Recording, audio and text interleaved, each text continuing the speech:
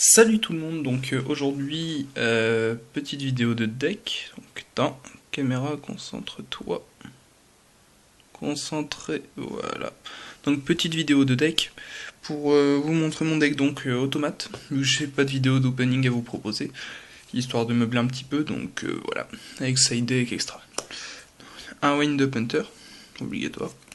3 wind-up rat, qui permettent de lancer la loupe.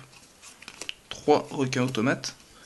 C'est ce qui permet entre autres au deck de faire du résultat, puisque au Japon ils ont quasiment tout ça avec les lapins. C'est vraiment les deux cartes qui permettent de faire du résultat et de nous différencier de l'OCG, puisqu'on peut sortir la loupe ultra facilement avec le requin, le rabbit avec l'usine, ça te fait du plus incroyable. Bon. Donc je joue 3 lapins, parce que je trouve ça très très fort justement avec l'usine. 3 Wind Up Magician, parce que pareil, je trouve ça vraiment très fort. Parfois ça fait des lead end, d'accord, mais avec requin, c'est vraiment excellent. Ou bien de toute manière, au pire, il suffit juste d'avoir un lapin automate sur son terrain, qu'on avait par exemple retiré au tour d'avant pour le faire revenir. Tu invoques un Wind-Up Magician, tu le retires, tu invoques encore un autre, ou bien un Hunter, ou bien un rat, et tu fais une Xyz. C'est pour ça, je trouve ça vraiment très très fort. Ensuite, 3 illusionnistes d'effet, puisqu'avec la règle des priorités, ben, c'est vraiment très fort. Un cancre la max, parce que personnellement je le joue, je trouve ça fort contre quasiment pas mal de decks, j'arrive à le rentabiliser on va dire. Voilà. Sangan et 3 Taureaux. Et un Gorz, parce que je trouve ça assez fort contre les decks dragons qui souvent vous mettent à poil, ou bien les decks insectors, voire même Dino Rabbit, hein, tout simplement. Donc ça c'était pour les monstres. Passons donc aux magies. 3 usine automate, parce qu'avec lapin automate justement c'est très très fort.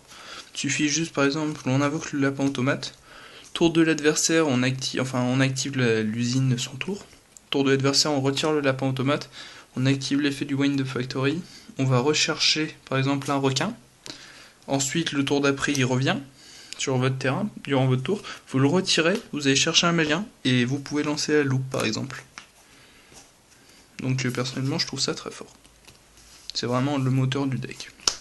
3 typhons d'espace mystique. Pourquoi pas 2 parce que je préfère 3. Trou noir. Peau d'avarice. Permet de lancer la loupe. Monster Reborn. Contrôle de la manta. Contrôle de la mante. Ouais, en spagouin. En espagnol plutôt. Enfin en spagouin quoi. Violent orage et livre de la lune. Passons maintenant au piège. Avec jugement solennel. 2 avertissements divins.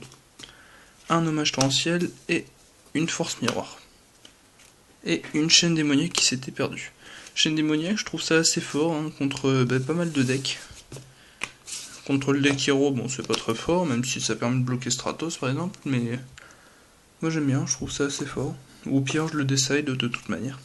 Donc l'extra deck Tiras, Adreus pour les niveaux 5. Chaos, Number, Utopie, la mort qui tue. Ouais, en plus elle est classe. Hein. Et elle est facile à invoquer, il suffit juste d'avoir contrôle mental sur une utopie adverse, ou bien juste d'utiliser sa propre utopie après qu'elle soit fait mettre à poil, enfin bref.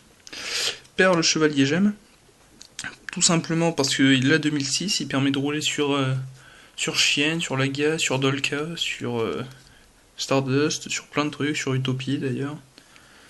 Maestro qui est le génie de la symphonie, parce que je trouve ça fort, ça fait Book of Moon en fait, tout simplement, et Gashi Gashi à la fois. Ensuite, une utopie.